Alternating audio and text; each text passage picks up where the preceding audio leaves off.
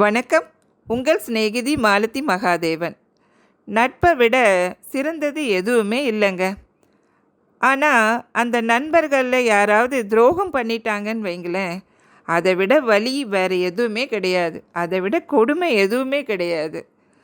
ரொம்பவே பெயின்ஃபுல்லான ஒரு விஷயம் நண்பனோட துரோகமான செயல்தான்.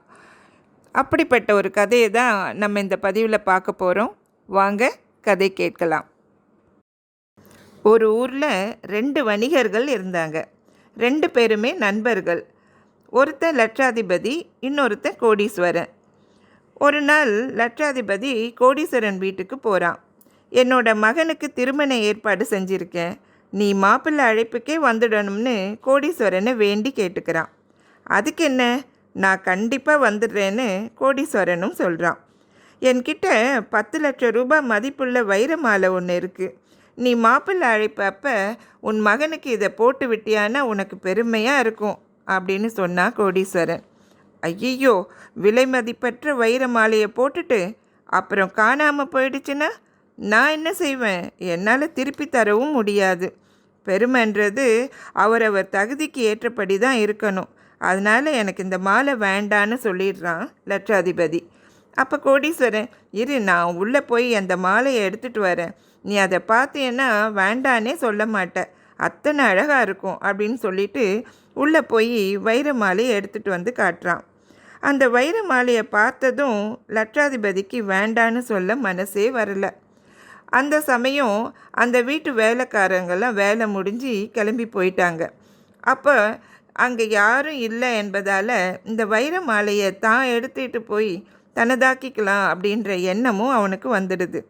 சரி, நீ இவ்வளவு சொல்கிறதுனால வேண்டான்னு சொல்ல மனசே வரல, சரி கொடு, எடுத்துகிட்டு போகிறேன் அப்படின்னு லட்சாதிபதி வைர மாலையை வாங்கிட்டு போகிறான்.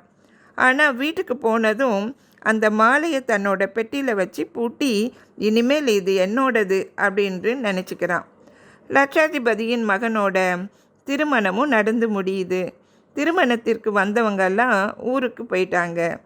4-5 நாட்கள் ஆயும் லட்சாதிபதி கோடீஸ்வரனை பார்க்க போகவே இல்லை. கோடீஸ்வரனே தன் வேலையால் அனுப்பி லட்சாதிபதியை தன் வீட்டுக்கு அழைத்து வர சொல்கிறான். அவனும் கோடீஸ்வரன் வீட்டுக்கு வரான். என்னப்பா, மாப்பிள்ளை அழைப்புக்கு வந்திருந்தேன், நீ என்னை கண்டுக்கவே இல்லையே அப்படின்னு கேட்டான் கோடீஸ்வரன். எங்கப்பா, சம்பந்திகளை கவனிக்கவே சரியாக இருந்தது அப்படின்னு சலிச்சுக்கிட்டான் லட்சாதிபதி. ஆமாம், நீ ஏன் நான் உன் மகனுக்கு போட சொல்லி கொடுத்த வைர மாலையை போடலை? என்ன, வைர மாலையை கொடுத்தியா? நான் தான் அப்போவே வேண்டான்னு சொல்லிட்டேனே. உனக்கு இன்னும் அதே பிரம்ம. நான் உன் வைர மாலையை வாங்கிக்கல, அதனால் எனக்கு அதை பற்றியெல்லாம் ஒன்றும் தெரியாது அப்படின்னு சொல்லிட்டான் லட்சாதிபதி. கோடீஸ்வரனுக்கு திக்குன்னு இருந்தது. அந்த ஊர் பெரியவங்க 4-5 பேர் முன்னாடி சொல்லி பார்த்தான். ஆனால் எதுவும் எழுதி கொடுக்கவும் இல்லை, பார்த்த சாட்சியும் இல்லை என்பதால் லட்சாதிபதி மீது குற்றம் சொல்லவே முடியல. இந்த வழக்கை அரசரிடம் முறையிட்டான் கோடீஸ்வரன். தெய்வீக சோதனை நடத்தலான்னு முதிர்ந்த ஒரு அமைச்சர் சொன்னதுபடி அரசரும் அதை அறிவிக்கிறாரு. தெய்வீக சோதனை நடக்கும் இடத்துக்கு குடிமக்கள் எல்லாரும் வரணும் அப்படின்னும் கேட்டுக்கொள்ளப்படுகிறார்கள். நகரத்துக்கு வெளியே ஒரு அம்மன் கோயில் இருந்தது. அங்கு தான் தெய்வீக சோதனை நடத்தப்படுறது வழக்கம். அங்கு பிரபாவதி தேவியின் ஆளுயர சிலை இருந்தது. பக்தர்களுக்கு உடனடியாக பலனளிக்கும் வல்லமை அதற்கு இருந்தது. உண்மை பேசுபவனே அதன் பாதங்களுக்கடியில் எளிதாக நடந்து செல்ல முடியும். பொய் பேசுபவன் கால்கள் அங்கேயே அசையாமல் நின்றுவிடும். அப்படி ஒரு ஐதீகம். ஏமாற்றுபவர்கள் விசித்திரமானவர்களாக இருப்பாங்க இல்லைங்களா? அவங்க செய்கிற மோசடியை மறைப்பதற்காக அவங்க பல வழிகளை கண்டுபிடிச்சிருப்பாங்க. இந்த வணிகனும் தேவியை ஏமாற்ற ஒரு வழியை கையாண்டான்.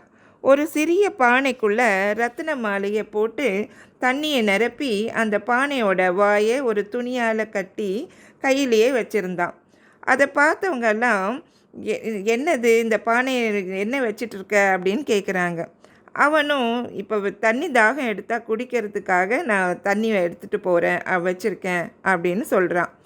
அரசன் அவனை தெய்வீக சோதனை மேற்கொள்ளுமாறு ஆணையிடுறான்.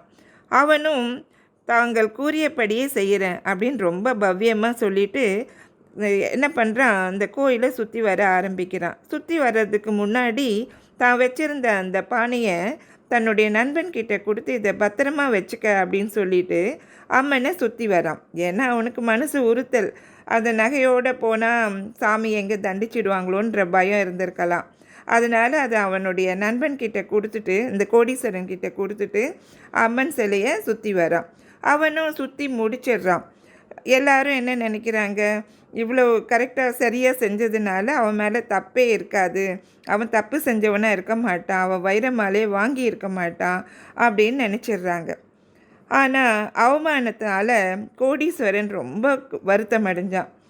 அப்படியே மயக்கம் வந்து விழற மாதிரி அரசன் முன்னாடியே விழுந்துட்டான். அந்த சமயம் அவன் கையில் இருந்த பானையும் கீழே விழுந்து உடைஞ்சது. அதிலிருந்து வைர மாலையும் கீழே விழுந்தது. அதை எல்லாரும் பார்க்குறாங்க. அரசரும் அதை பார்க்குறாரு. அப்போ தான் இந்த லட்சாதிபதியோட பொய் புரியுது. அவனுடைய மாயையினால் அம்மனை கூட ஏமாற்ற முயன்ற அவனுக்கு அரசர் தண்டனை கொடுக்குறாரு. உண்மை ஜெயிக்குது. வாய்ப்பு வரும்போது தான் உண்மையான நட்பை சோதித்து பார்க்க முடியும். இந்த கதையில் வர லட்சாதிபதி அந்த வைர மாலைக்கு ஆசைப்பட்டு தன் நண்பனை ஏமாத்துறான். அதனால் அவங்களுடைய நட்பே பொய்யானது அப்படின்ற மாதிரி ஆயிடுது.